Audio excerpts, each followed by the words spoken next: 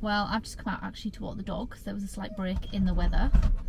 So if you hear a noise, that is Milo. But it has started raining again quite heavily. We had a lot of rain yesterday. I actually filmed a video to make last week when I put some trail cams out on my lapwing nests, but I've had a really busy week and I didn't get it edited and they have hatched, so I wasn't fast enough to get that video out. So I'm just doing a whole new one to talk about all of that because otherwise I'm going to be quite far behind. So I put some trail cams out. I've got them twice now, got them back twice and taken the footage off them, which is quite interesting. There is quite a lot go near lapwing nests and they are very defensive, obviously, which most people will know. What I found interesting, I've always been told that only a female will incubate the eggs for a lapwing, and especially one of my nests, the male is probably more prominent than the female. He seems to do a lot of work. I don't know if it's a young female, she is quite light coloured, but he definitely plays a huge role in that nest. So that was interesting. So I've been out on my usual ground where the birds have started nesting.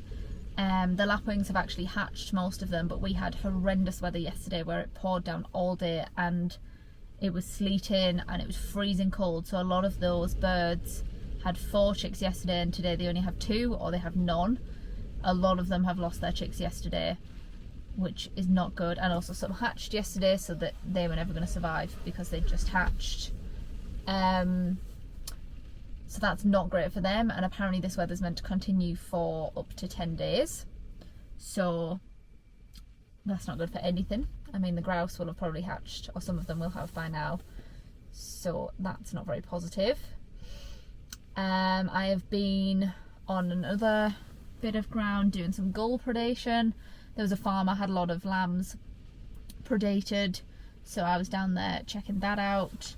And I've also been somewhere else where I have a usual photography job and have been all over their land, seeing what's going on down there. So they're further down south, so their birds started nesting a couple of weeks earlier, so a lot of them have already hatched. But they have a huge gull colony that lives quite close to them with 35,000 pairs of gulls.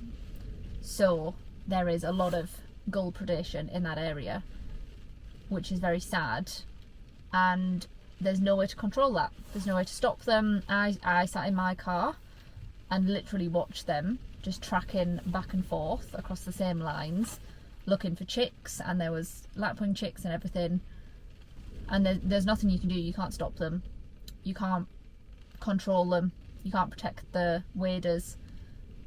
So that was quite sad to see, because for me, waders like lapwings, oystercatchers, curlews, you know, you have snipe, you have grouse, you have all different bird life on that land, and to watch a bird with however many chicks have all of those chicks wiped out in less than a minute is quite sad, I think. And that's their chance for that year. That's their chicks usually. Some birds don't relay, so that's their chance gone for that whole year. Another bird that I've learned quite a lot about recently is the hen harrier, which I'd never really looked into. I obviously knew what they were, but we don't get that many up here, or I've never seen them around home. So there is some nesting down where I have a photography job, which was quite interesting because they're obviously heavily protected. You know, they're the rarest bird of prey, I think, and lots of people flock to see them. But speaking to a keeper who looks after that land, and he has done everything right. Natural England are looking after the nest, they have cameras on the nest, you know, he's called them up, he's reported it to them, he's done everything right, and he still has people who will not speak to him, will not even acknowledge his existence because he's a keeper, even though he's done nothing wrong. And he has been reported to the police for being near the nest, even though he's there with Natural England.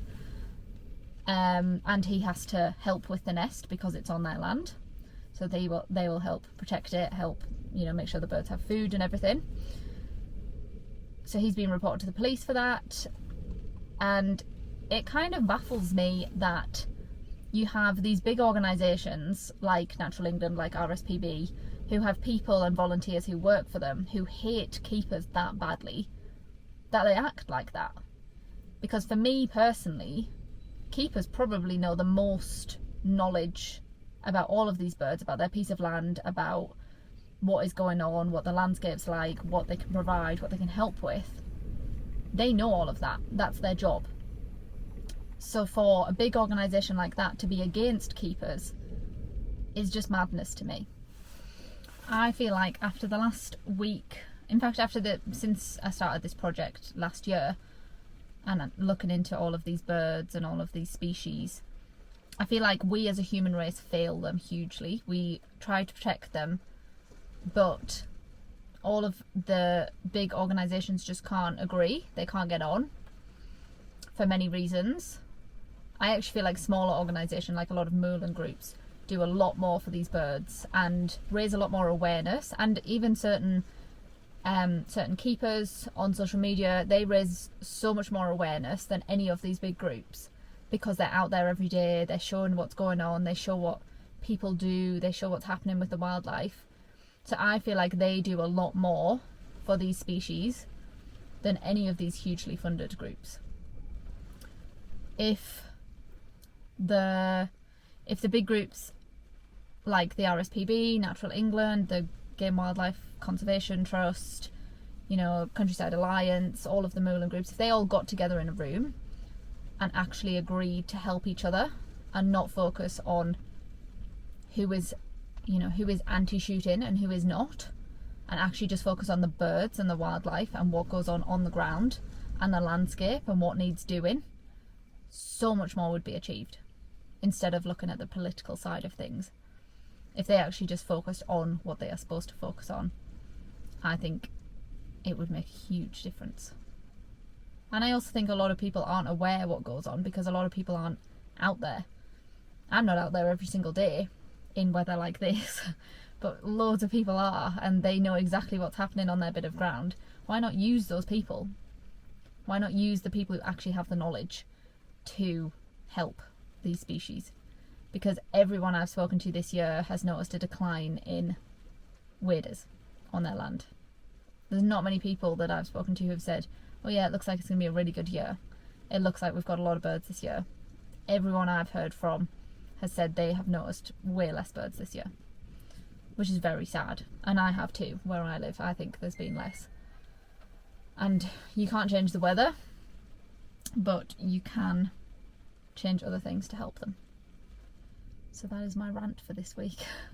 I'm hopefully going to do another video, but at the minute I can't go out and disturb the birds to see what they're doing or to video them, because it would just kill their chicks at the moment.